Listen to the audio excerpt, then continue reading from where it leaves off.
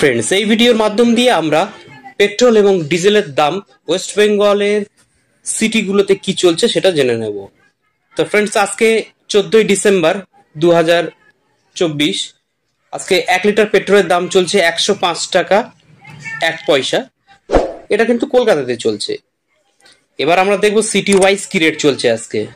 দেখুন, এটা city list এবং এখানে প্রাইস আছে। আলিপুরদুয়ার 105 টাকা 80 পয়সা, 48 পয়সা কমেছে। বাঁকুড়া 105 টাকা 44 পয়সা, 17 পয়সা গতকালকের থেকে বেড়েছে। এইভাবে এই যে লিস্ট দেখতে পাচ্ছেন, এটা সিটি এবং ডান দিকে রেটটা আমরা দেখে নিতে পারবো। যেমন এখানে দেখুন, কলকাতা 105 টাকা 1 পয়সা, রেটটা কিন্তু এক জায়গায় আছে। এবার ফ্রেন্ডস, আমরা দেখে নেবো যে আজকে ডিজেলের কি রেট চলছে।